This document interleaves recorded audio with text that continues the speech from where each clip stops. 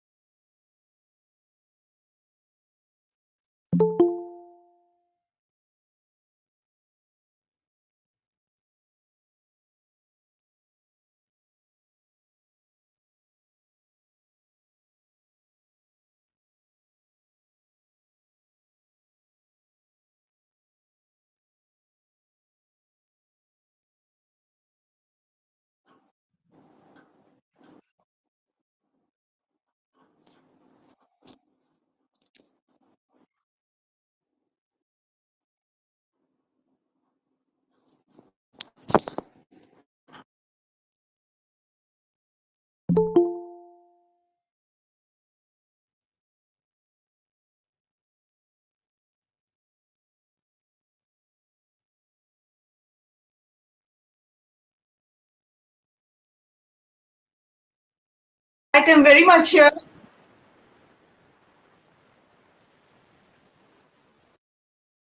Yes, sir.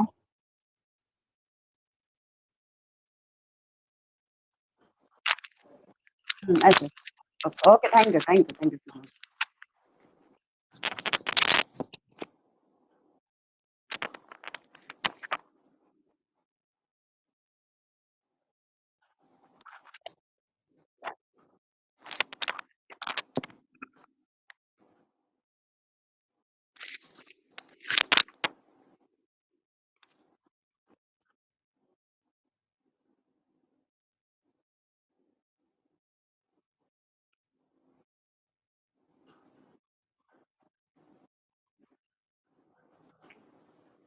Thank you, sir. To the world we do belong, and the world belongs to us. When nature sets no limit, then why shall we limit us? We have made this statement come true very much in our ISPL CD forum nowadays by making this pandemic a pan academic over here. Greetings, everyone. With immense pleasure and joy, I welcome you all to the 13th lecture series of the ISPL CD forum. I am Falguni Singh, currently pursuing my Masters in English from CMT PG College, Bilaspur.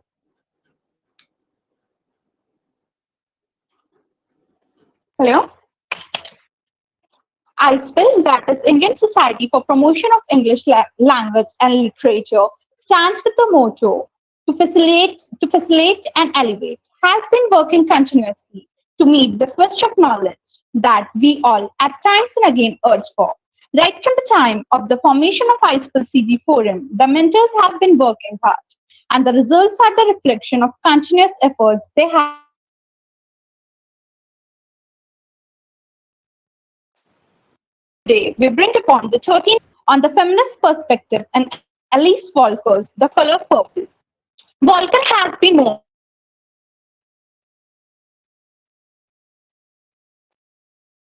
her feminist thesis about making women are already strong enough. It is about changing the perspective the world sees and the change in the perception of the strength we have. This has been depicted beautifully in Walker's work. As Walker quotes,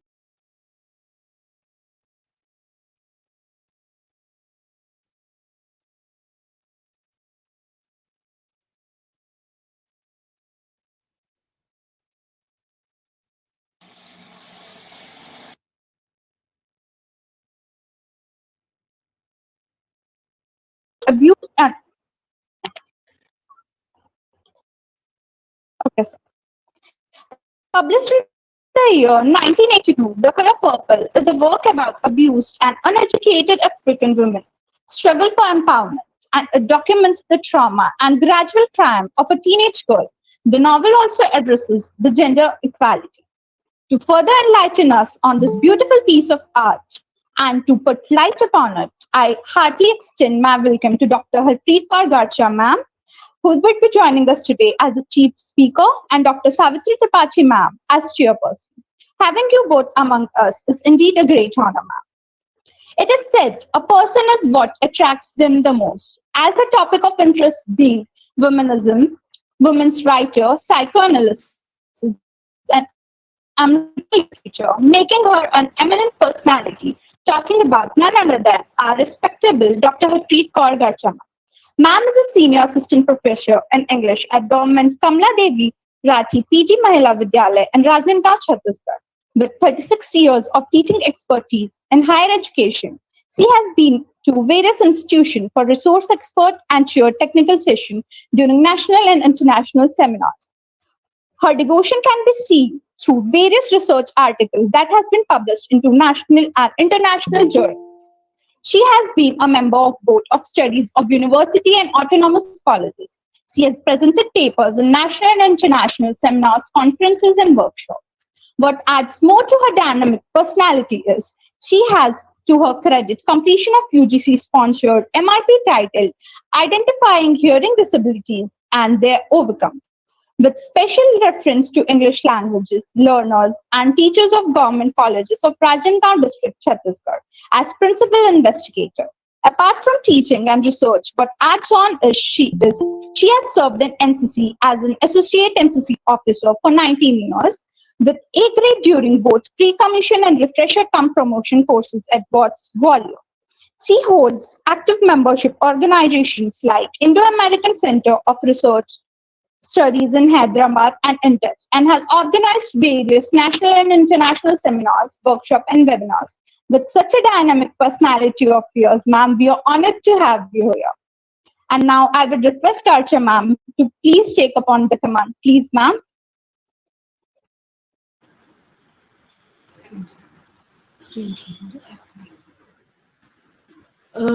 Thank you, Falguni, for a very flowery introduction. I hope I'm audible. Yes, ma'am. Loud. Okay, fine. It gives me immense pleasure to extend my greetings to all the participants assembled here on this virtual platform today. I would also extend my heartfelt thanks to ISPIL for giving me this opportunity to be a part of this noble mission with a vision to facilitate and elevate the entire fraternity. I think it's the endeavors of this type which is the need of the hour. ISPIL has blazed the trail and it is for us to follow. And I really applaud the entire team for their venture. And once again, thanking you for inviting me here. The topic of my negotiation today will be feminist perspectives in Alice Walker's The Color Purple. I will streamline my talk, commencing with the biography, major works, and the awards and honors which she has received. Then moving on to the text and the context, focusing on the feminist and womanist ideologies which she has advocated, then highlighting her thematic concerns and her womanist concerns in the novel, and also throwing light on the narrative techniques which she has adopted and the significance of the title, The Color Purple. So I'll be sharing a few slides with you. Yes.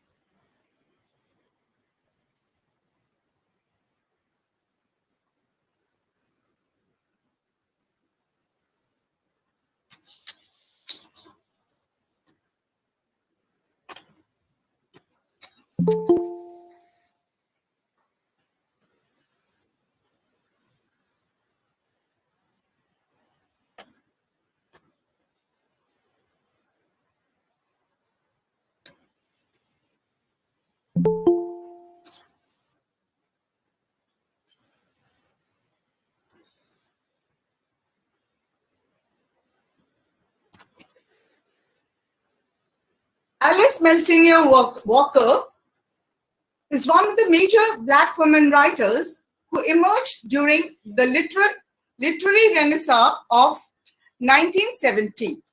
She was born on 19 February 1944 in rural community of Itterton, Georgia, the eighth child of Willie Lee and Minnie Low Grant Walker, who were poor sharecroppers. Her father's great-grandmother, Mary Poole, came as a slave on foot from Virginia to commemorate the trip. She has embraced her maiden name, Walker. Born on February 9, 1944, from a very poor family of sharecroppers, she was the youngest of the 8 children. At the age of 8, she was accidentally shot in her left eye in 1952, which blinded her forever. This accident left her to live a life of seclusion, and she began writing poetry at the age of 8. Loss of sight qualified her for the half scholarship for handicap to attend Spelman College, Atlanta in 1961. Walker was later transferred to Sarah Lawrence College in 1964, and when she left for college, her mother presented her 3 magic gifts: a typewriter, a swing machine, and a suitcase. Typewriter for creativity, swing machine for self-sufficiency, and a suitcase for independence. And of course, through these 3 magical gifts, she really proved herself, and she became a creative writer who was self-sufficient and independent. In 1965, she moved to Mississippi and became involved in the civil rights movement. She married a lawyer, Mel Leventhal, in 1967. It was an interracial marriage, which was not very much accepted during that time because Mel Leventhal was a Jew. They were blessed with a daughter, Rebecca Grant, in 1969, but this relationship did not continue for long, and the couple divorced in 1976, and after that, she moved to California. She is the first Black woman to win the Pulitzer Prize for The Color Purple and coined the phrase Womenist for women of color. Now, this wounding of the eye, which she calls the patriarchal wound, actually is the eye, or by extension, the wounded eye, which later became the center of her physical, social, and sexual self, the thematic unifier in all her works. Alice Walker was a very creative genius, and she has produced a bulk of writing, experimenting in all the spheres, in all the genres. An internationally celebrated author, poet, and activist, Walker's books include 7 novels, 4 collection of short stories, 4 children books, and volumes of essays and poetry. She has created new milestones with her bestsellers like The Color Purple, Possessing the Secret of Joy, Warrior Marks, and many others. She has entered new doors, carrying the fullest of African American experience in all her writings. A versatile artist, she has contributed to almost all the literary genres. Her warehouse is full, but I've only selected a few in this slide. Then all this body of works, experimenting with all the genres, has been always rewarded, and she has been honored and has received accolades for major of her works. The list is long, but I will be just naming a few. She received the Ingram Merrill Foundation Fellowship Rosenthal Award from National Institute of Arts and Letters, the Radcliffe Institute Fellowship, the Merrill Fellowship, and the Guggenheim Fellowship. The Lillian Smith Award from the National Endowment for the Arts. The Pulitzer Prize for Fiction for the novel The Color Purple, which we'll be discussing shortly, and the National Women Book Award for Fiction for The Color Purple. Honorary degree from the California University of Arts and Domestic Human Rights Award from Global Exchange. Now, moving on to the post-colonial writings. She is, in a way, a post-colonial writer because this is another perspective from which her writings are viewed. She is a post-colonial writer because she often addresses the problems and consequences of decolonization, and especially questions relating to the political and cultural independence of the formerly subjugated people, and themes such as racialism and colonialism. And these are the concerns of all the post-colonial literature.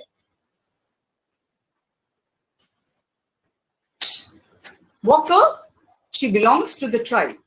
She belongs to the race which has been subject to ages and ages of suppression and oppression. And she is the one who is very attached, who's very connected to her traditions and cultures. And her literary work, her literary journey has been greatly influenced by her foremothers, and Walker's appreciation for her matrilineal literary history is evidenced by the numerous reviews and articles published to acquaint new generation readers with her foremothers. Her works are greatly influenced by her foremothers like Sojourner Truth, Harriet Tubman, Zora Neale Hurston, and Flannery O'Connor. Now, as I've said, the topic is feminist perspective in Alice Walker. Actually, feminist or feminism are ideologies and political labels indicating support for the aims of the new women's movement which emerged in the late 1960s. The aim was to achieve change that helps women to get equal opportunities and treatment. Now, Walker and other Black women writers were feminists too.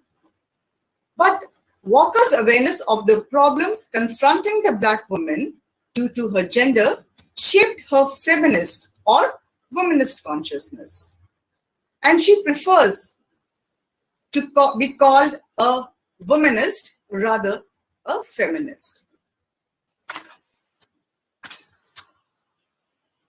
When Walker intends through the term is not a capricious play with the language, rather she attempts to show that when certain terms like feminist are used, they invoke a meaning and carry a connotation that may not be fully expressive or inclusive.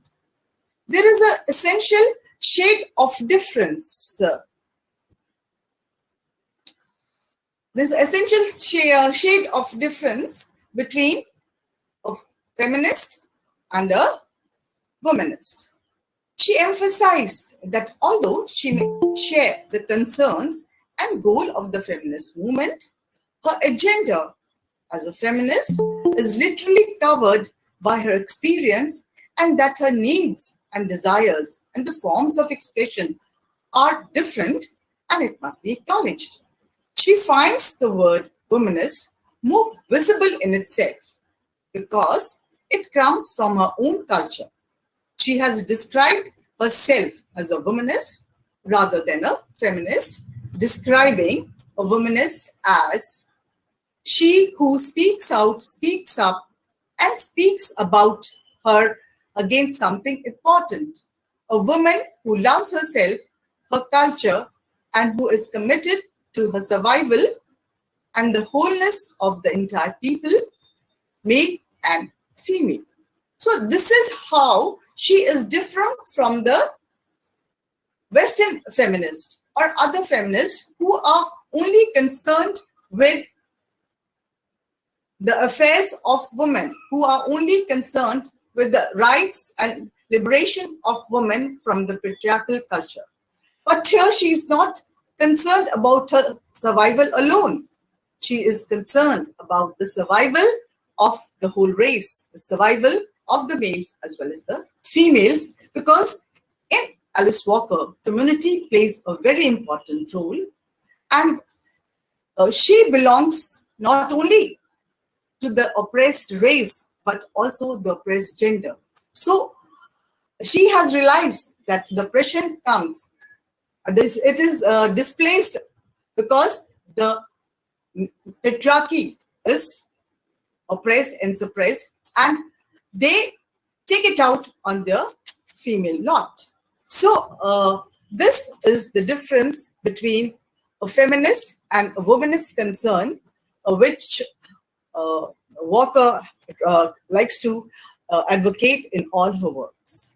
Moving on to the narrative technique which she has adopted in The Color Purple. Now, there are several writers in history of English literature who has used the technique of epistolary narrative in their works.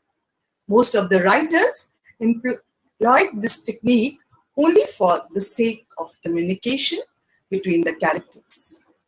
In contrast to these writers, Alice Walker utilizes epistolary narrative for some consequential purpose in her novel, The Color Purple.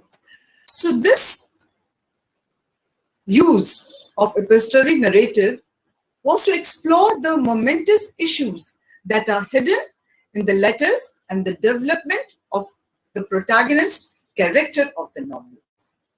Cherry Walker Beckett is of the opinion, I quote, "On the most sweeping scale, the novel's structure begins with Sally's writing letters to God out of fear, while unknowingly beginning the process of self-discovery. Then Nettie's letters function to aid in Sally's journey, and Sally stops writing to God and writes to the more tangible Nettie. Sally's final letter addresses everything under the sun. Walker uses this form to show how passionately the world is connected on all levels." Unquote. Walker's use of epistolary form has a serious purpose. Letter writing is only a weapon in the hand of Sally through which she can light and with which she can fight the war against patriarchy. The act of letter writing develops a sense of selfhood in her. From the very beginning, she is raising her voice against all oppressions by writing letters to God. But her voice was not loud enough to let others hear it. When Sally returns and learns that her younger sister is alive and gets all her letters that she has written to her, she gets the courage and takes her voice louder, and that other people can listen. She changes the recipient of her letters. She shifts from God to Nettie, and finally, she addresses the whole world in her last letter. Anna Clark writes in a review on The Color Purple, I quote, "Walker accomplishes a rare thing. She makes an epistolary novel work without veering into precaciousness. Rather, Sally's full-blooded voice emerges, a moody and honest voice in an inherently intimate literary form. While she is the protagonist of the novel, she is not the protagonist of her world. And so, She writes letters to God that no one expected to read. Unquote. So these letters, they serve as a lifeline between Sally and the world around her, and between Sally and Nettie. It keeps the relationship alive and reveals how they remain loyal to one another despite distance and time. Sally finds purpose through writing her thoughts on paper to make sense of her life as it is.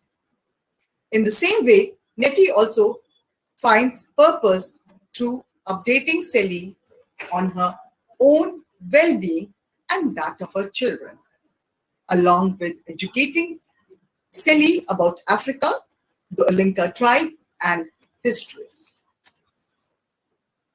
Moving on to these are the major facts which are deduced from the letters, because it is only through the letters that we come to know the whole story or the saga of Sally. And so whatever facts we come to know are from the letters. And the novel is a well-done showman of sorts, as it deals with Sally's formative years of abusive childhood, and now she overcomes and learns to love and redeem. And the action spans over 40 years, because when Sally starts writing letters, she's only 14. And when the novel ends, her children are grown up, and almost 30 to 40 years have elapsed, because that is what we come to know through the various incidents of the book. The story is deduced from the clues in the letter, and the lapse of time between the letter varies from 5 to 6 years. Now, the title of any work is very important, because it reflects the whole theme of what is going to come. That should be, there's a question, the justification of the title. So the title has to be justified with the content of the book.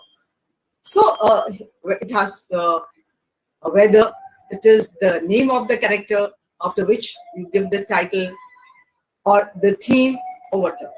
But here, the color purple is not just a color, it has got a symbolic significance in the novel. In the title, color purple holds true throughout the novel. Sally the novel starts, is a staunch member of the church. When in the very beginning, she says, as long as I can spell God, I got somebody along. But gradually her perception about God goes under a complete transformation after listening to Shunk, who believes in respecting the nature and beauty of life and rejects the narrow perception of the church, asserting, though I quote, "It pisses off God if you walk by the color purple in the field and don't notice it." So the title of the color purple is based on this philosophy. Something as simple as color purple should be enjoyed in life, as it is a gift from God. By appreciating the beauty of nature and respecting it, Sally finds a whole liberating religion. Shug urges Sally to enjoy everything that God gives us, as he is genderless, raceless being who enjoys being admired. The admission changes her life. The color is no more just a color, but helps her to understand that God isn't a white man. Like so far she's been thinking that God is white and it's a he, it's a patriarch. But now the whole concept changes, the whole philosophy changes, that God is neither he, it is neither she, it is an it in who encompasses the whole world and who is there present in every small things of life. in every color purple which we see around us. So it is a veritable fusion of transformation of people, cultures, and work. And next, when Mr. Sister, Kate and Carrie, they want to buy a dress for Sally, it is the first time that Sally says, I want the color purple. And she likes this color because now this showing preference for the color purple is an indicative, it is symbolic of the fact that Silly now can voice her choice. And it is also symbolic of royalty, beauty, elegance, and liberty because Shug wears that color, purple, in which she looks beautiful, and Shug, compared to Silly, is more beautiful, royal, elegant, and liberated. So this indication of Silly is that she is gradually trying to liberate herself from the suppression and oppression of the patriarchy. But then when they go in search of the color, they can't find it. They can't find the color purple dress. And so this is indicative again of that Silly is, although she is trying to voice her likes and dislikes, but still she is not liberated. And now till now she's been wearing all the dull colors. So later, Shug helping her, she finds her own identity and independence. And this again is indicated as she makes pants for Sophia that are red and purple. This is not only a symbolic of Silly's independence, but also advancement of women who now wear pants. As earlier, this was an abhorrent idea to the society, but is acceptable now. Silly owns a house now, which she decorates her own room in red and purple. This shows that she finally gets what she likes and still. Albert gives her a purple frog that he carves for Silly, which is again symbolic of the transformation which has taken place in the relationship. In the beginning, that Albert, her husband, who was very violent, who was very abusive to her, now is transformed and they become friends. The color purple here is no more just a color, but shows Silly's dignity and her transformation as a person, and also the change in the thoughts of the people of society. Now, these are the various symbolic significance which I've shown on the slide. The symbolic of pain, torture, and injustice, symbolic of the bruises and pains on the souls of women, a symbolic of transformation, symbolic of independence and advancement. So the color purple can also be, has a biblical reference, as when Silly was not knowing about this. It is when the Christ was crucified and the blood of the innocent was spilled. The color purple then is a symbolic of pain, torture, and injustice. Moreover, when Sophia is arrested for sassing the mayor's wife, she was beaten up and Silly compared her face to that of an eggplant. The eggplant is purple, and here the color symbolizes the bruises and pain that women went through. Here the pain which they have been inflicted on them, and the bruises and the torture which they have to face. As well as it is symbolic of the bruises on the soul of women. The scars on the Olinka woman, the tribal woman in Africa, were purple, as well as showing the bruises of tradition a woman has to carry. The purple here is no more just a color, but symbolic of the discrimination and the evidence of this discrimination that women have to face. So, the color purple is not just the title, or the color, but goes on being symbolic of the various transformations in the book.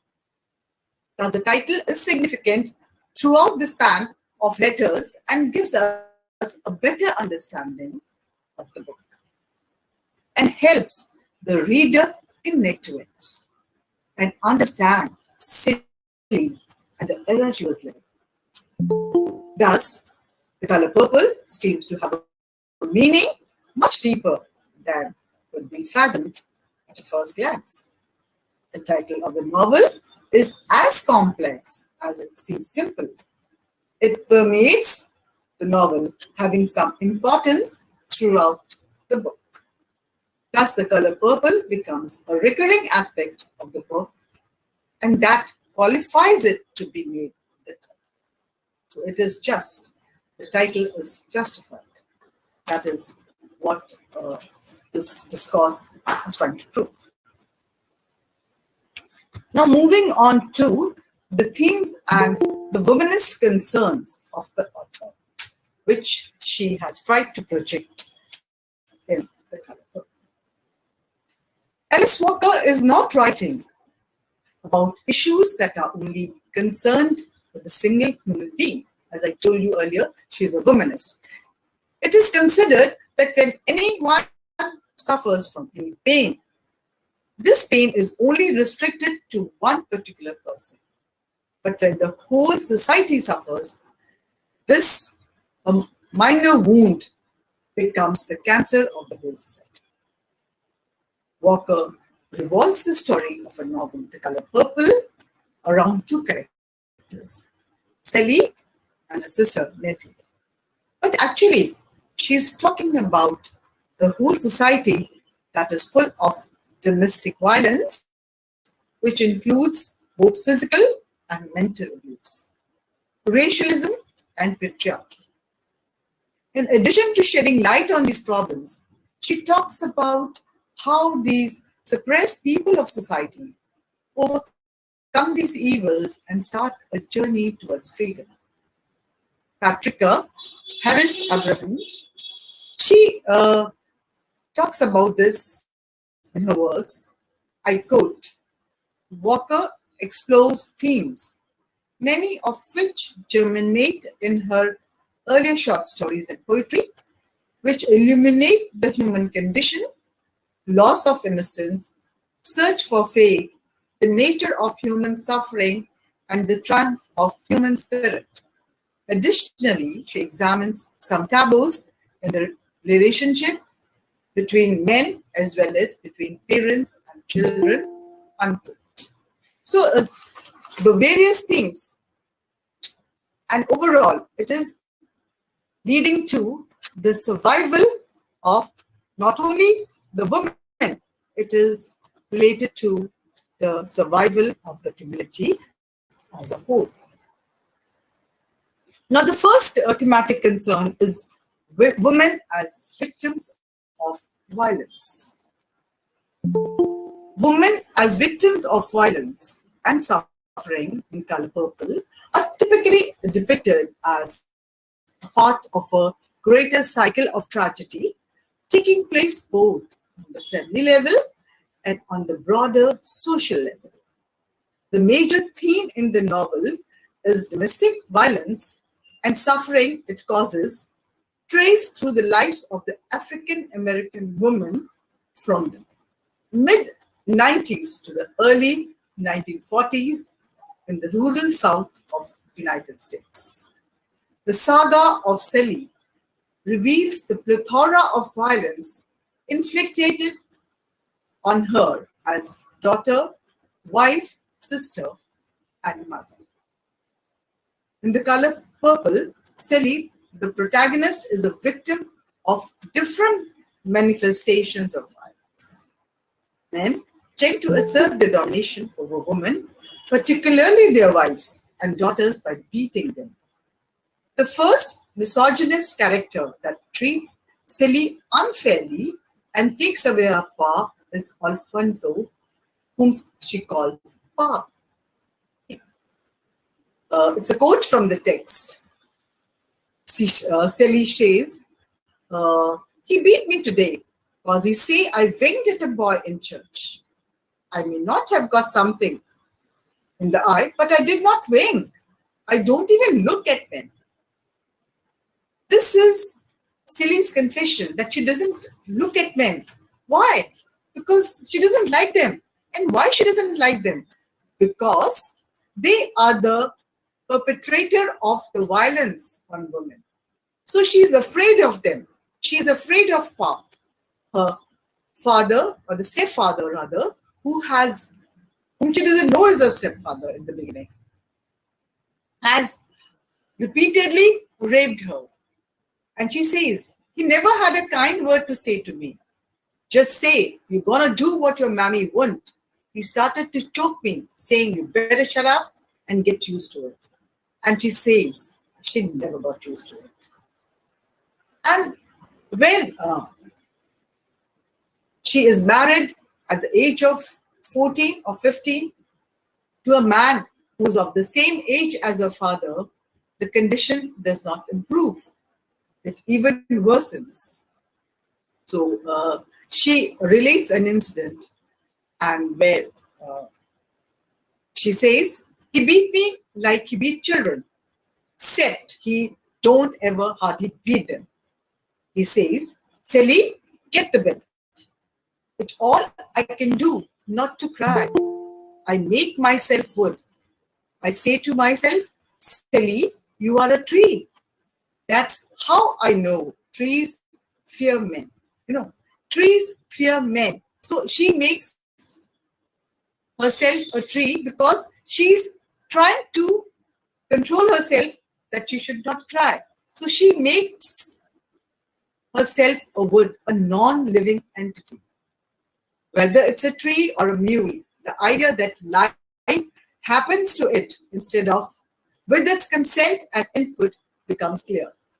Her body is no more a living entity. It's a tree. Windy Wall explains. Sally's attempt to negate her pain by desensitizing herself and the hollow spaces within herself, which results in fragmentation, alienation, and unresponsiveness. So this is, dehumanizing effect of the violence on her. And this again shows the eco-spirituality of Walker, because she says, trees fear men. Why? Because they are also destroying the ecosystem as they are destroying the environment of their family and the community.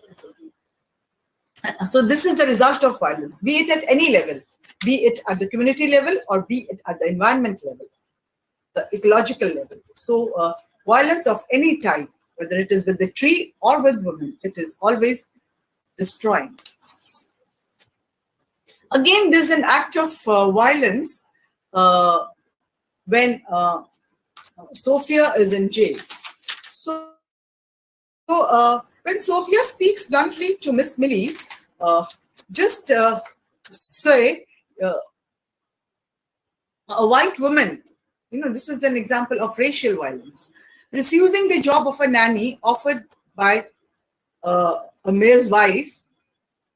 So when Sophia refuses this offer, because the mayor slaps her because she's a black woman and she could not dare to refuse any offer of the whites.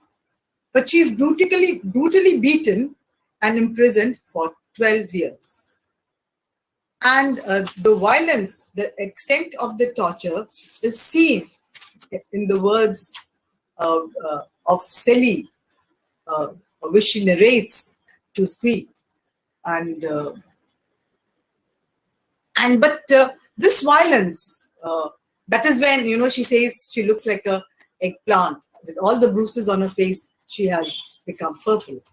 So the beatings, the domestic drudgery, brutal sex makes Silly retreat. On the other hand, it makes Sophia, who is her daughter-in-law, she protests because, as she says, I quote from the text, all my life I had to fight. I had to fight my daddy. I had to fight my brother. I had to fight my cousins and my uncles. A child aren't safe in a family of men. But I never thought I'd have to fight in my own house. She let out her breath. I loves Harpo, she says. God knows I do. But I will kill him dead before I let him beat me. So this is the spirit of protest. This is the courage which Sophia exhibits, which in spite of all the violence, Silly still is unable to protest. She has not again come up to that level. And now coming, this was physical and sexual violence. These are the various incidents which I've tried to show in the slide. Now we come to emotional and psychological violence and the psychological effects rather. Lily's mother goes insane because her father is lynched by the whites and she is left alone to rear 2 children in a racist environment. Her second marriage to Alfonso is again a business deal because he marries her just for the sake of the property which she has inherited from her husband.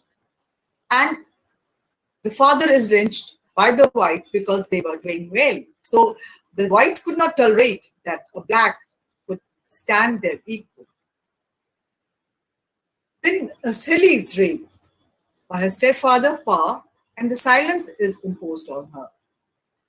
Now, the first letter which she writes to God, she writes, "Dear God, I am."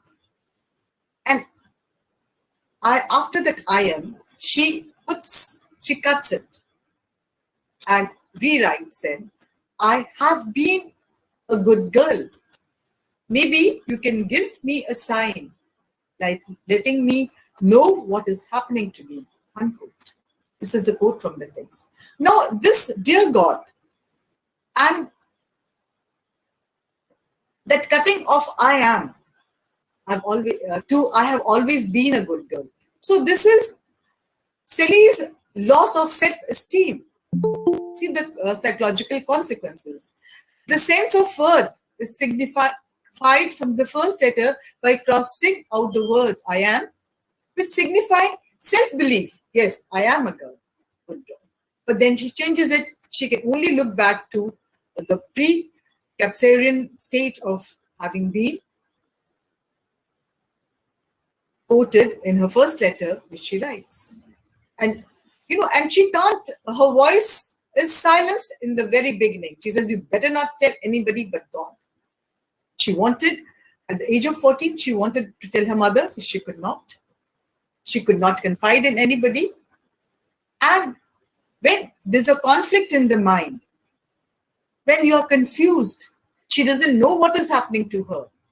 So this is Silly's emotional, psychological trauma, that she is confused and does not know what is happening to her. And when her mother inquires, "Whose is it, the child?" she answers, "God's." Because she cannot unravel her story and she says, "I do not know any other man." So it is only God that she knows. So she says it's God's. Because that is the only way she can clear the confusion. So in the beginning of the novel, Silly, the protagonist, is raped by her father, and her feeble voice is silenced by the patriarchal exploitation and oppression with the warning threat, "You better not even tell nobody but God. It'll kill your mommy." So now again, not telling the mommy, and it's going to kill her. The fear of losing, she's lost her father, but the fear of losing her mother also. So how could she voice her feelings? How could she voice or communicate what is happening to her with so much of threat, so much of pressure, so much of suppression and oppression? Obviously, this is really traumatic. Her voice is silenced. She's unable to express her emotional trauma to anyone but God. Because communication is the need of human beings. So she had to communicate with anyone, because psychologists say that communication, is like a purgation process. It's like catharsis. It's like purification.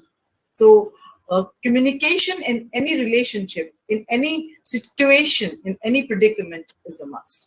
And communicate she could not. So the callous removal of his children by Pa and telling her that they have been killed in the great mental shock for her. She says, I quote from the book, he took it while I was sleeping.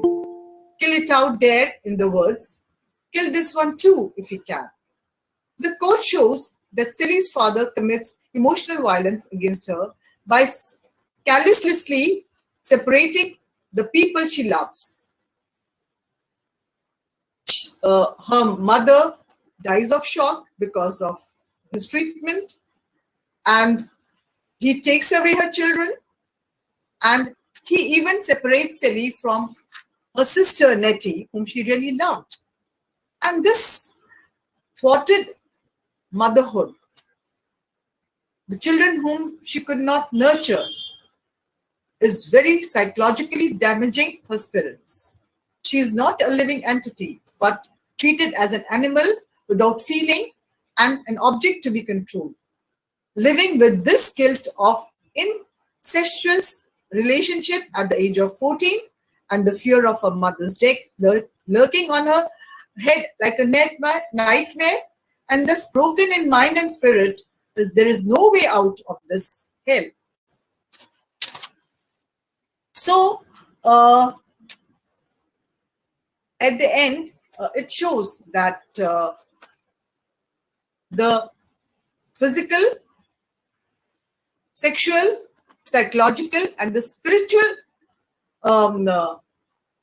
violence which is imposed upon the Black woman is really very damaging. It fragments her spirit and it makes her alienated, and it also dehumanizes her. So this has to be resolved if the whole community is to survive. If the woman of the house is not happy, then obviously the family cannot progress. And now the family, it is not the single family which is in question. It is the whole family, the whole community, which is an extended family. It is the survival of that extended family, of that community, of which, Walker is interested in. So this flowchart, it displays the Sally's relationship with other characters in the novel, the female characters and the male characters.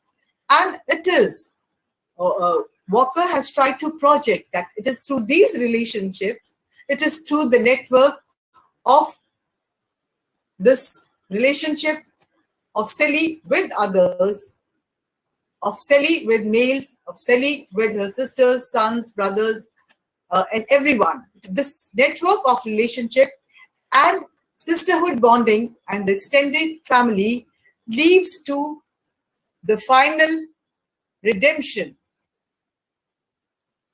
and which the love, the affection, and the support of this relationship, of this, they lead the protagonist, they support the protagonist so that she can embark on a journey from a marginalized person and come to the center.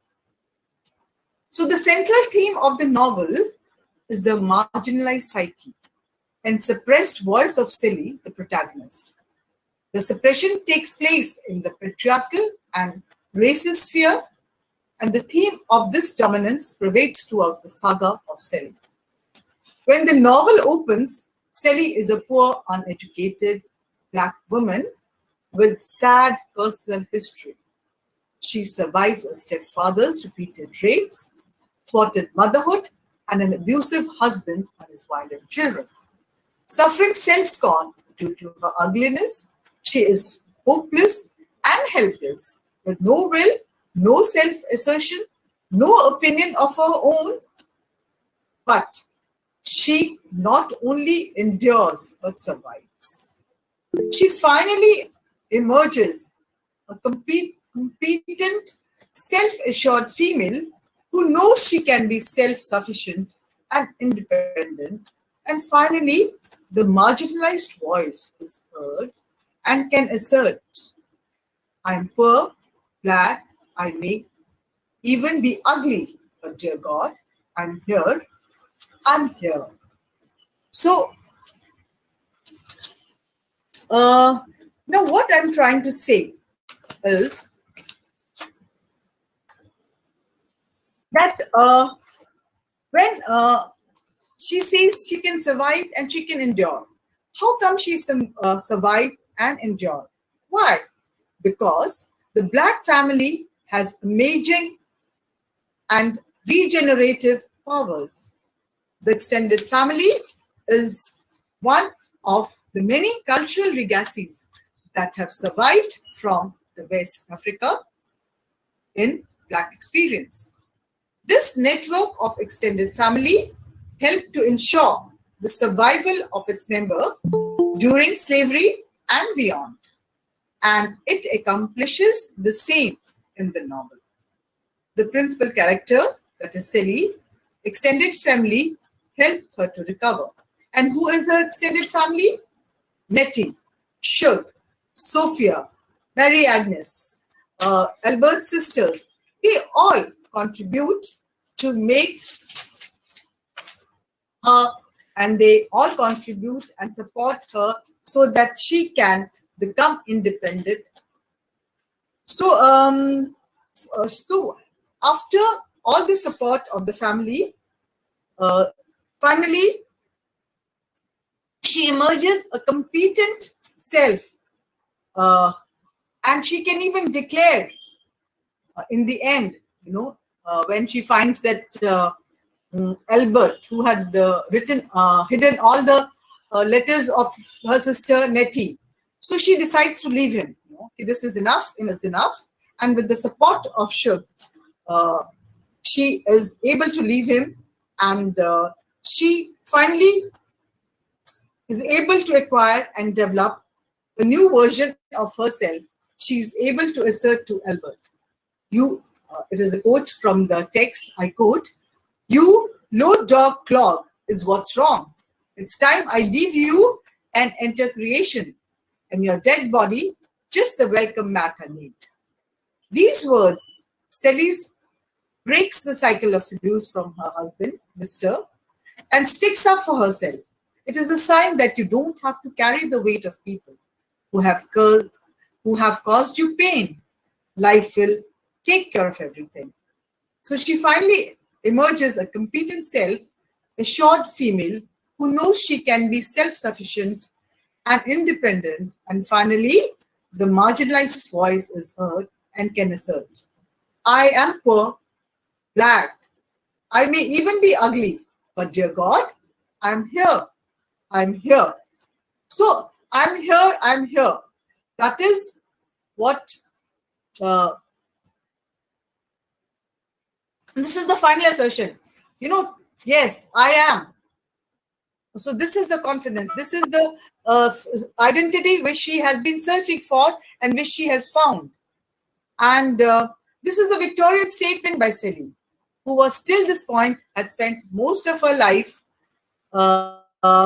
feeling unworthy and invisible. It is a reminder that even with our flaws and imperfections, we still deserve to show up in our lives.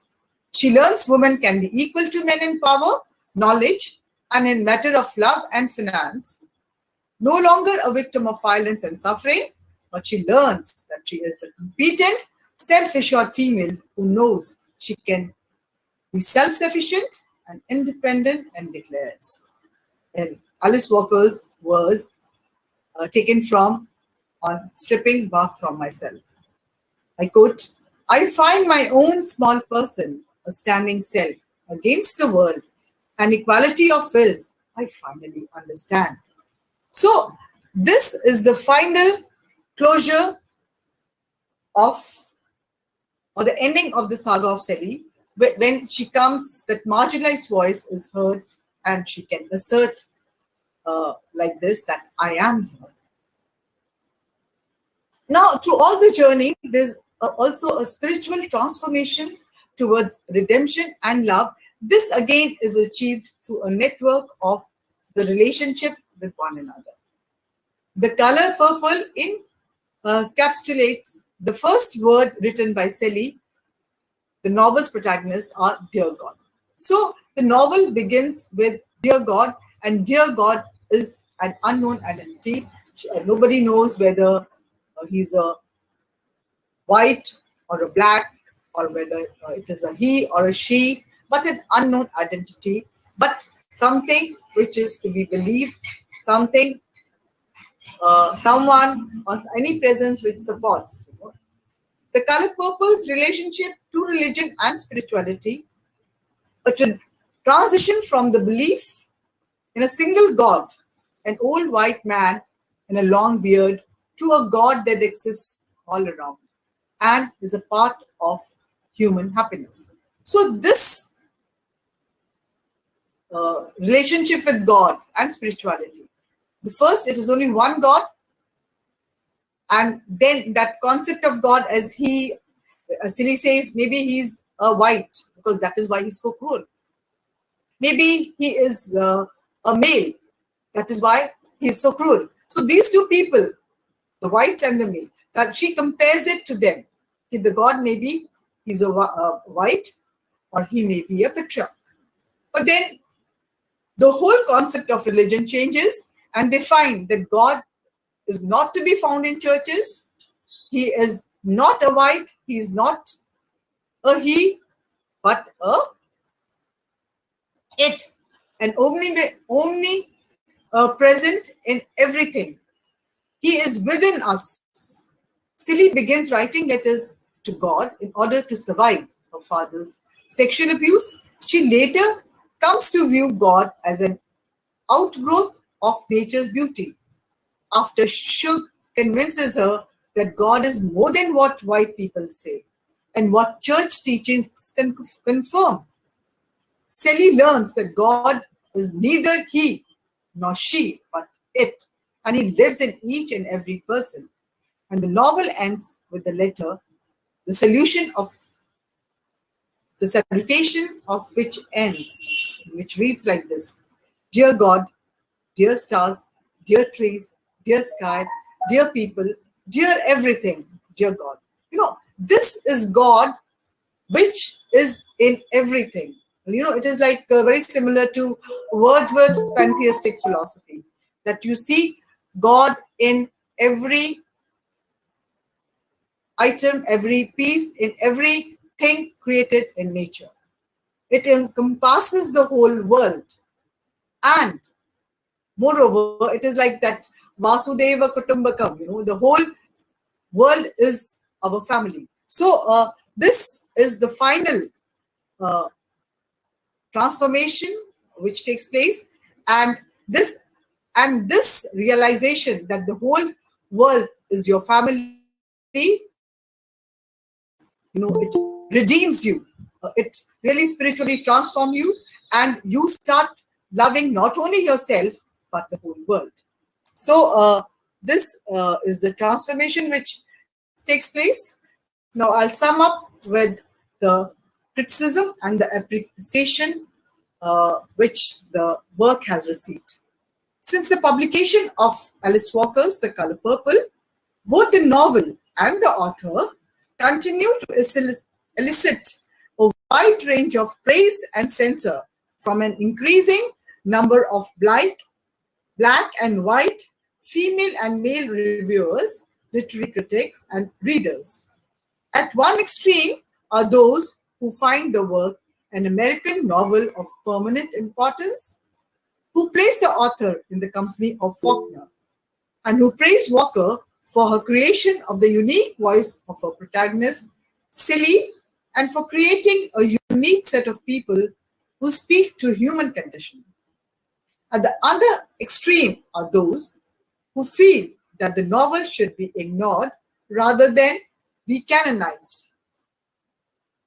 Walker's closer to Harriet Stowe rather than Zora Neale Hurston, and those who say censor Walker for the creation of an unrealistic plot and for the depiction of violent black women or men who are physically and psychologically abuse their wives and children.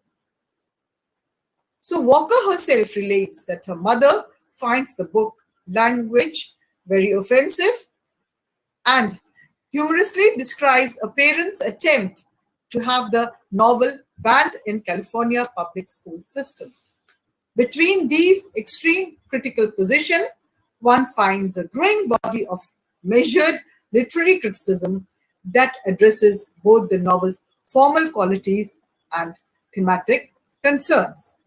And she has, as I told you, and the book has been awarded the Pulitzer Book Award for fiction and the American Book Award for fiction, also the bestseller of the year. And finally, the voice of Sally's, which was silenced, was heard in Hollywood when Steve Spielberg adopted it for his film because Spielberg says, it is not only the story of Sally, but it is the story of life. It is the story of us. It is the story of everyone. So that's why it has a universal appeal, because it is not only her story, it is the story of us and everyone. So thank you for patient listening.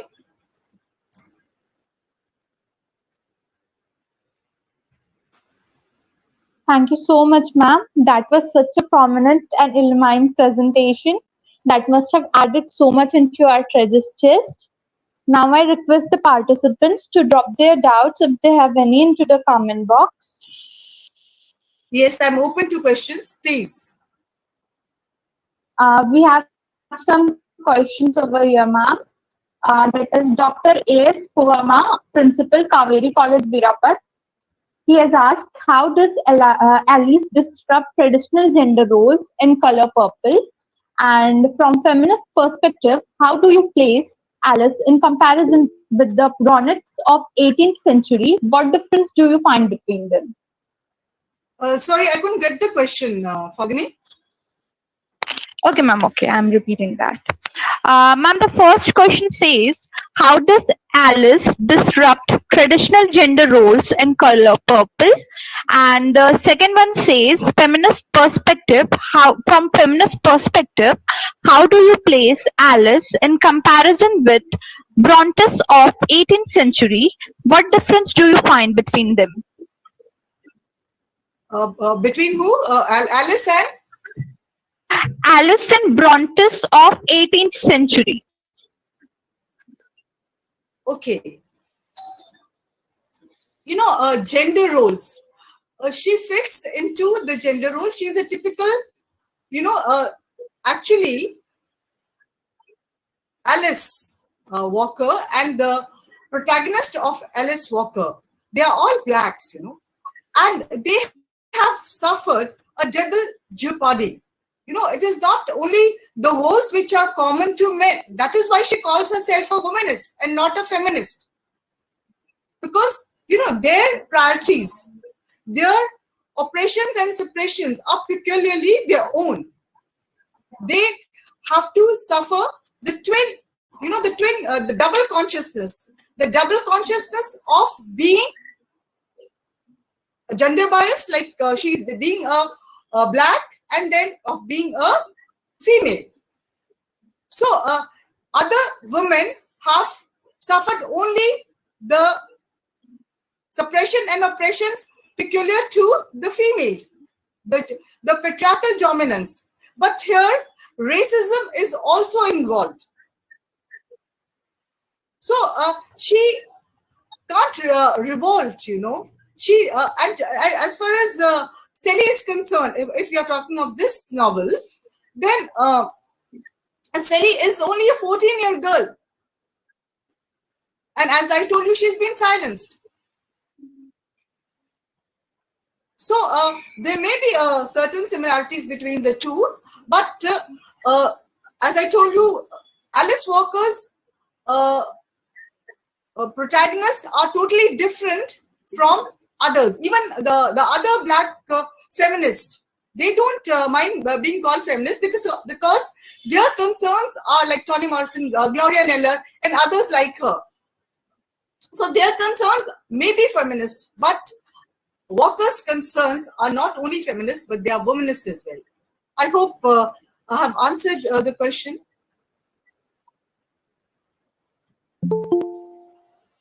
Yes, ma'am. We have yet another question from Dr. Veena Ravindra, ma'am, that says, is the fiction a saga of women's suffering, or does it imply that woman is bound to forgive all her tormentors? You know, the voice is faltering, baby. Maybe there's a network Okay, ma'am. on this side. Yes, could you please repeat? Yes, ma'am. Yes, ma'am. I'm repeating that. Yes. Is the fiction a saga of women's suffering, or does it imply that woman is bound to forgive all her tormentors?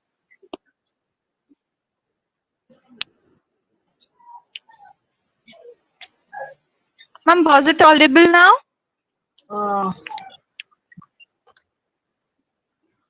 No, Fagani, I'm so sorry. You can Okay, see ma'am. you can see the chat box, Harpreet. Yeah, I'll try to. Actually, no, it's not visible right in the chat. Like, that's very small. Is the fiction? Is the fiction a saga of women suffering, or does it imply that woman is bound to forgive all her torments? Yes, of course. She, of course, in one way, it is the saga of suffering, but, by nature, be it any culture, be it any society, be it any nation, women by large are gentle-hearted and they do forgive.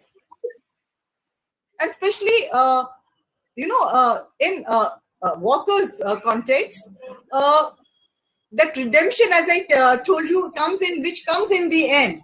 It is only because you can forgive people. She has forgiven, in this case, her husband, Albert. Why she has forgiven, in spite of all the atrocities which he had inflicted on her, in spite of all the violence which he had inflicted on her, the oppression, the suppression which she had to undergo, but still she forgives in the end. She may have suffered. It is a saga of suffering, of course, but that spiritual transformation, that redemption through love comes, and when redemption comes, you transcend. And obviously, when you transcend from the world, then obviously these things don't matter and you start forgiving. That is the first step towards redemption and transformation through this redemption. So this is what they want to communicate. In spite of the suffering, they do forgive, women especially, in the end. And here she forgives Albert. There's a quote also. I forgive him. Why? Because he loves Shug, whom she loves. She has got a relationship with Shug and she loves Shug. And because Albert loves Shug, so she forgives him. And Shug also loves Albert, and Shug also loves Silly. So this triangle. That is the reason for her forgiveness. And she states that, I couldn't take all the quotes from the text because of the time constraint, but she quotes it in one place, that she can forgive. And, Sophia asked me, how can you forgive such a person? How do you forgive him? So this is the reason which she gives, the logic which she puts.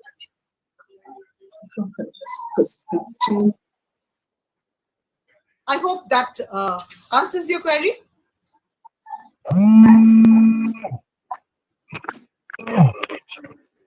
Yes, any other question? Yes, ma'am. We have Another question that is from Pramod Suklasha. Curious to know whether we can relate the novel's theme with present scene of COVID-19 of India. Okay. How you can Relate the theme with. Curious to know whether we can relate the novel's theme with the present scenes COVID-19 of India. Okay. Yes, every work of art has a context. And we are faced with this hard times of the pandemic right now. And they were faced with the hard times during that is the dominance of patriarchy and the oppressions and suppressions of racism. So, but when they were united and they protested again against the existing system, as you see, I think racism and patriarchal dominance was the main COVID for them, which they wanted to overthrow, which they wanted to fight with. But alone they could not fight. So Walker, again, as I told you, she talks about the community, the survival of her people. So she wanted that men and women, male or female, they should all, as a community, protest against racism. Only then can you free the woman and you can free the race as a whole. So in the COVID context, I would say we are again trying to find, we are all colonized. We are all colonized in the sense that we are all socially distanced from each other, and we are physically distanced, and we are confined to a particular space, and we have to come out of the space, and we can only do it if we fight the virus. And we are trying our best. We have adopted almost every way to combat this virus. We have vaccinations, we have immunity boosters, we have social distancing, wearing masks, protecting ourselves from putting a barrier across this masking, putting a mask and maintaining a distance is putting a barrier so that we don't come in contact with these people. So there's when we talk of Black feminism and Black feminist movement, there is a quote which I read, and it said when the whole the Western world was talking about feminist and equal rights and this thing, but then we were silent by large. It was not that because we were not supporting that freedom from patriarchy, or it was not support because we were supporting the whites. It was not because of that.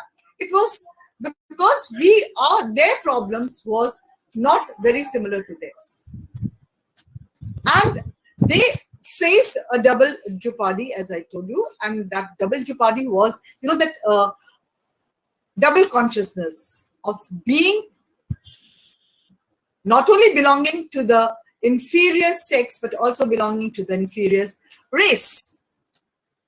So they had the double domination. So even COVID has doubly dominated us. So we are under the conflict to be or not to be, as Hamlet says this. And I think that's how I relate to COVID situation. Ma'am, we have another question from Dr. Raki Makija, ma'am, that says, is there any autobiographical element in Alice Walker's The Color Purple? Is there any autobiographical element in Alice Walker's The Color Purple?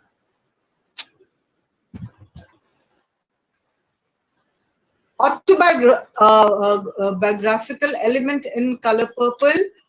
There in most of her works, there is a autobiographical element. But here, as far as Alice is concerned, in The Color Purple, the only thing similarity which I find is that silly, it is the wounded, like as I told you, she was wounded in the eye, the right eye in her childhood with a BB gun, and that has despoiled her womanhood. So Sally's when she was only 8 years old.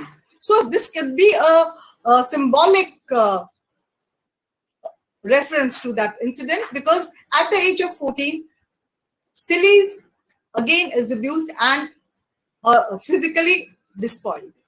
So that could be the similarity, and she herself admits, that particular injury during the childhood becomes that wounded eye.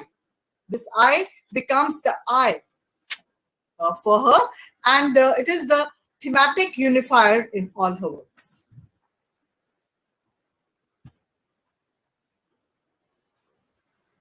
Ma'am, there's one more question from Dr. Meenakshi Kulkarni, ma'am. She says, can we compare Alice Walker's work with some Indian women writers like Shashi Deshpande or any Dalit writers? I would say that, Alice Walker's works can be compared to the Dalit writers, because the depiction of the Dalits in Indian literature, I find that they are very similar to the plight of the white black women in Afro-American writings, and that is the similarity which I can find with them. I would like to ask Narul Hoda, sir, is there any question session, sir?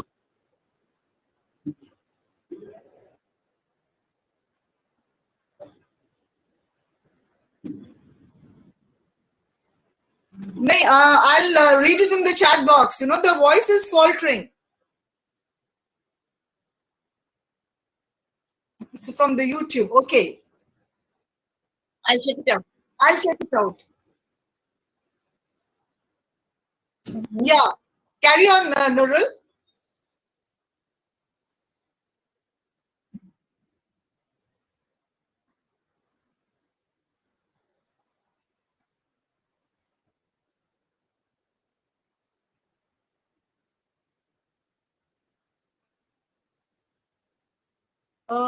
Class, like what connotations do you have by class?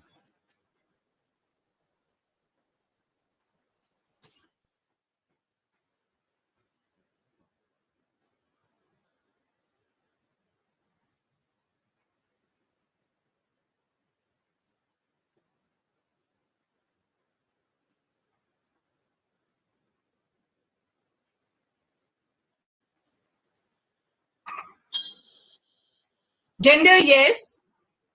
Race, yes. But what does this class connotate? What is the connotation what you have with the class over here?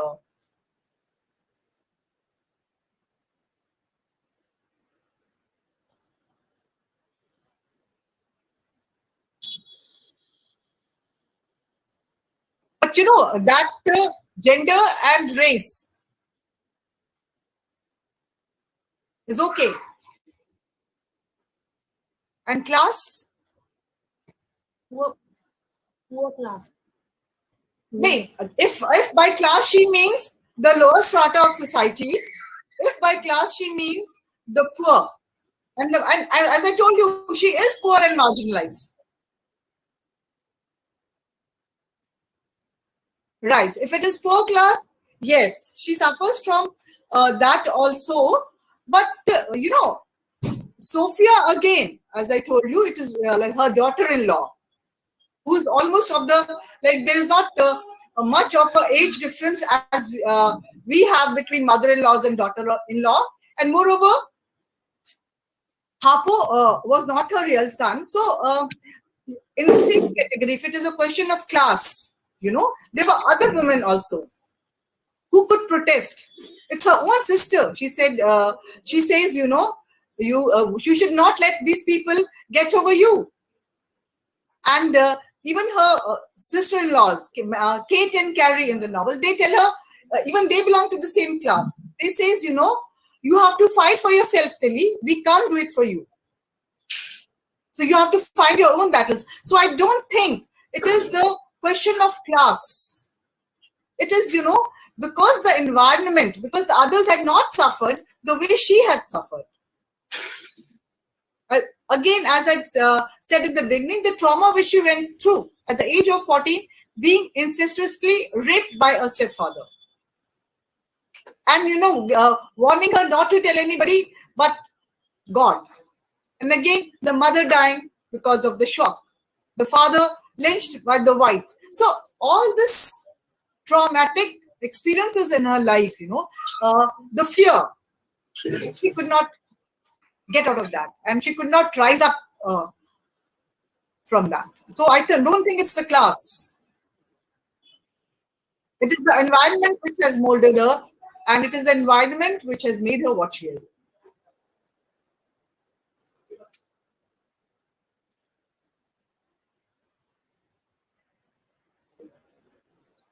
Yes, sir. Thank you, ma'am. That was such a beautiful depiction. Now we will be moving ahead with soliciting our honorable chairperson, our chairperson, Dr.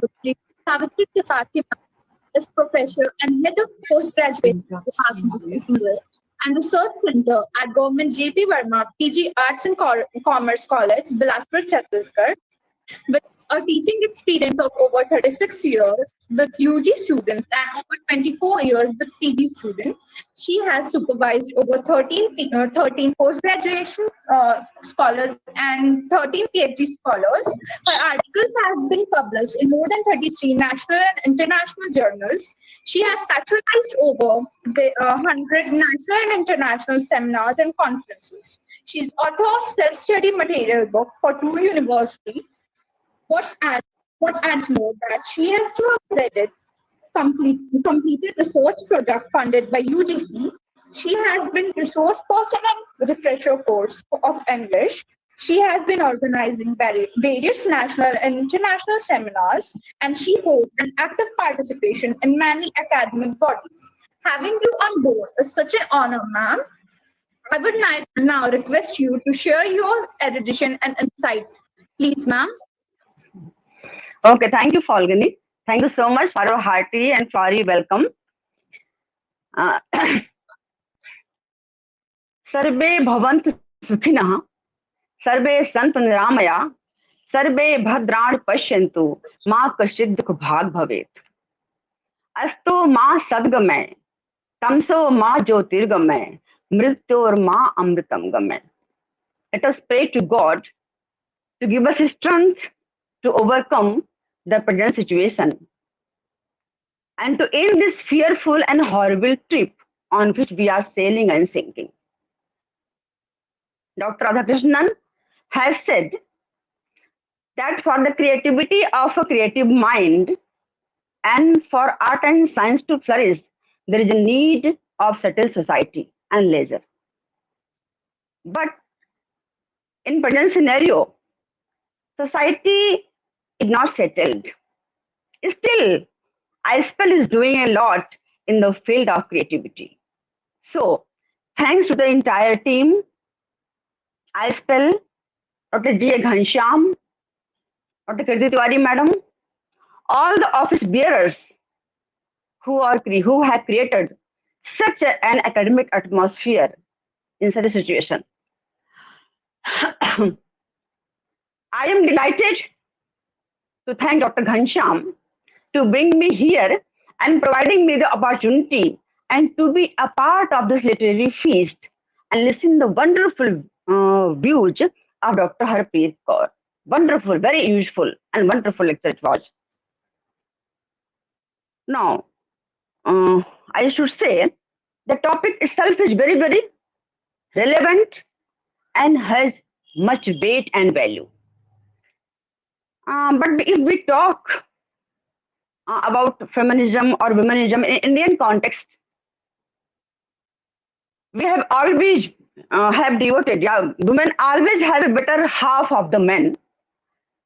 And we have imaged here in India, Ardhanarishwar, Parvati Parmeshwaru, Uma Maheshwaru, Sita Ram, Radha Krishna, and we devote 9 plus 9, 18 days to worship Goddess Durga, the symbol of power. And it is said in Vedas too, Yatra naryasta pujante ramante tatra devata.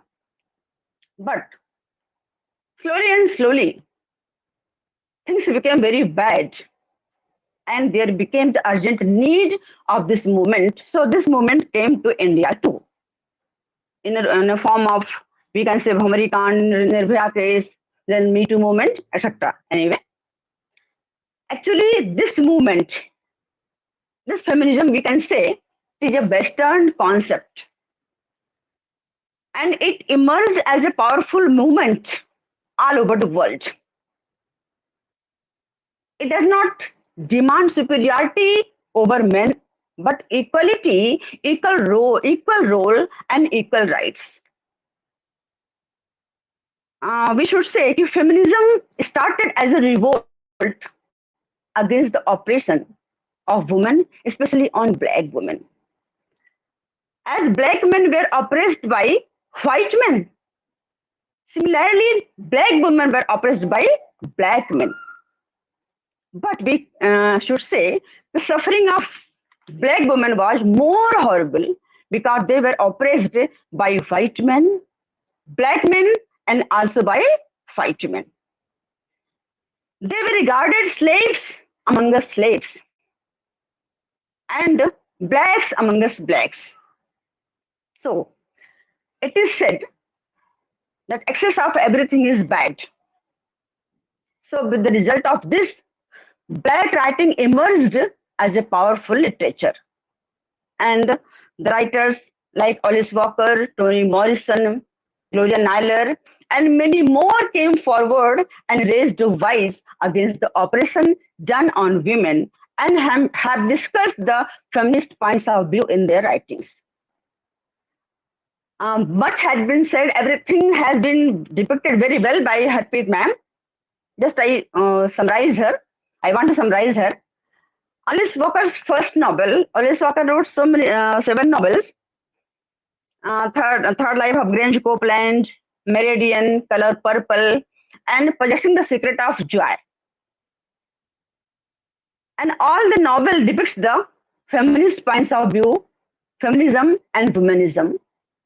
There is sisterhood and womanhood. Her first novel, The Third Life of Grange Copeland, depicts the story and the suffering of a black girl, Grange, and how she emerges from this suffering and how she becomes a powerful and strong woman. And Meridian is also a beautiful novel by Alice Walker. Meridian, it depicts the theme of civil rights movement, theme of love and motherhood. Meridian, a black girl, she loves Truman Held, an activist, but in returns, she has no support, either mental or emotional. Love, which is a very pious feeling, we all know, it pleasures life, it preserves life. It is a feeling of sharing and caring, and a feeling of companionship, of fulfillment, and feeling of togetherness. But this is absent in the life of Meridian. So ultimately, she leaves Mr. Truman Held and emerges as a strong woman.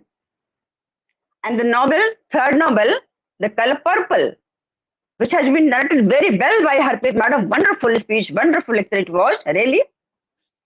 It is the winner of American Black Award and Pulitzer Prize. It has been translated into so many languages, I think more than 20 languages. And it is a story of a simple girl Seeley, who was abused and raped by her stepfather, and then by the men whom she loved and married, but at last emerged as a strong woman. So the novel deals very well the theme of sisterhood and womanhood. Today, Dr. Harpreet Kaur has very well depicted the issues dealt by Alice Walker in her lecture. She has covered almost all the issues. I was just spellbound, and I came to know many facts about the Black literature and about color purple. She has narrated the courageous struggle of Black girl Seeley, and her struggle to rise above the sexual and racial oppression and seek control over her life. Thanks, Harpreet, for a wonderful delivery. Here, I am reminded of a shloka. Thank you, ma'am, for your encouraging words. Here, I am reminded of a shloka from Srimad Bhagavad Gita. When, I just remember one line, optimist finds an opportunity. The present time, it is a time of challenge for us. But in this time of challenge, the ISPEL got an opportunity, and we are on this platform. So thanks to Dr. Ghanshyam once again. Now I would like to quote one slok from the Srimad Bhagavad Gita. In the battlefield of Kurukshetra, when Arjun was bewildered, very much confused, when he sees in the battlefield his relatives, Father Bhishma Pitama, Dronacharya, Gurudev, and he says, Keshav, I can't fight. I am unable to fight. My limbs are trembling. My Gandu is slipping. I am tired. And he is so confused, so tired, so bewildered that he behaves like a defeated warrior. Then Krishna listens very patiently, calm and quietly, all the arguments, all the queries of Arjun. And at last says, Sukh dukkham samam kritva labha labho jaya jayo. It means treat alike victory and defeat, gain and loss, pleasure and pain, and get ready for the battle. In the same way, we are suffering from the pain. And we are in the battlefield, but still, so there is an urgent need, like Krishna, need of a teacher who can motivate, who can guide the students. So I am happy and delighted that this platform is playing the role like Sri Krishna. And a teacher has to be, again I am saying, a teacher has to play very, very vital role like Krishna. And a student should be like Arjun. He should have hunger for knowledge and thirst for knowledge. And I am happy again that the ISPEL has done this Herculean task. So thanks a lot again to all the members, all the office bearers, all the members of the this ISPEL. Really, it was wonderful and very useful session. Thank you, Harpreet. Thanks to all of you. Thank you so much. Well, I take this opportunity to thank Dr. Savitri Tripathi. She is my friend, philosopher, and guide, and I owe everything to her. And I would also take this opportunity to thank Dr. Ghanshyam, who is the masthead of ISPEL, who has really worked hard, who has provided this platform, especially during a period when we were going through very hard times, and when this education system, as a result of the pandemic, had come to a standstill, and we did not know how to go about. We were all confused, as Savitri ma'am has said, and at that time, you came as a ray of hope and bought this platform in order to facilitate and to elevate every one of us. Thank you, Dr. Ghanshyam, for this endeavor. You have blazed the trail, and we have to follow the trail. And I would also like to thank Dr. Kirti Tiwari, who is the convener of this forum, and who is again one of my friends, and of course, Nurul Huda, whom Kansham sir calls the Noor of Icepill, but I would say he's the thread, which connects the beads of the forum to make it into a necklace. So to adorn the Icepill, I think that we owe to Nurul. So I would also thank Falguni, who has given such a flowery introduction. And once again, a big round of applause for the forum and everyone present here. Thank you very much.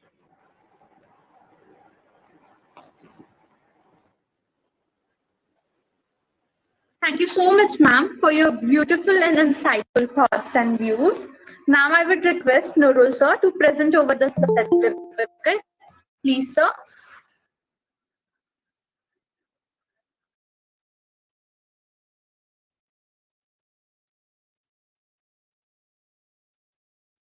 Nurul sir, are you there?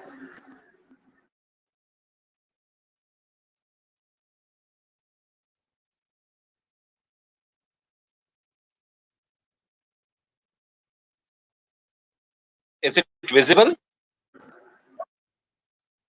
Right. So thank you very much, Dr. Harpreet Kaur Garcha ma'am, for wonderful insight into color purple and bringing so many aspects of feminism and black literature and also of color purple onto the platform of Icepill, and keeping the students in the focus. You have not only discussed various issues related to this, but at the same time you have concentrated on the present scenario also. So for doing the honor to Icepill, this certificate goes to you. Thank you very much. Thank you, sir. I'm honored. Thank you, ma'am. Nurul, next one.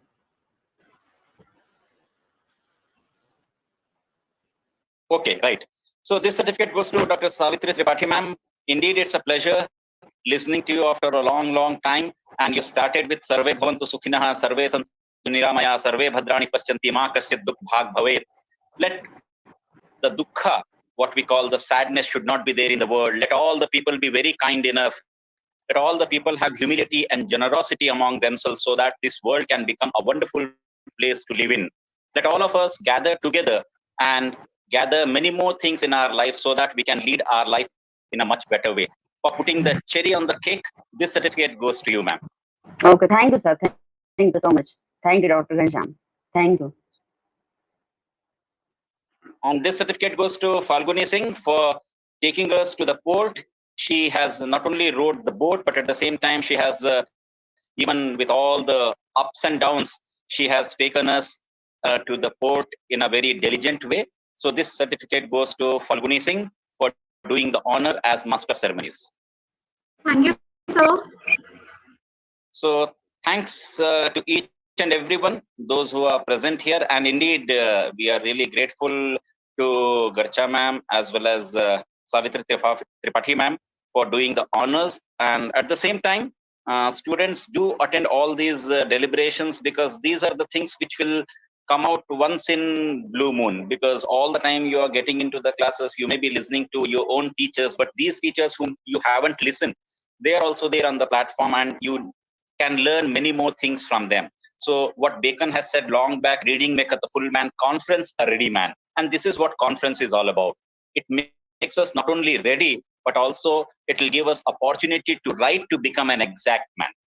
So we need to understand these things. And these forums are basically the forum. It's not to test you. It's not to make you aware of the fact that you do not know anything, but it's a platform wherein you can stand and you can commit n number of mistakes. What Bhagavad Gita, Dr. Savitri Tripathi ma'am has narrated, in the Bhagavad Gita, there is a character called Shishupal. And Lord has given him time to do 100 mistakes.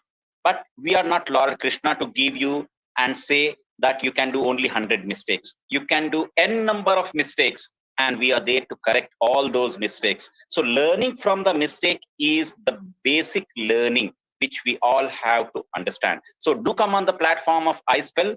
Do take the opportunity of being the master of ceremonies and enjoy your position. And this is the platform from where you can start your career as a speaker, maybe as an anchor, maybe later on as a spokesperson. Who knows what is there in the treasure trove? Thank you very much.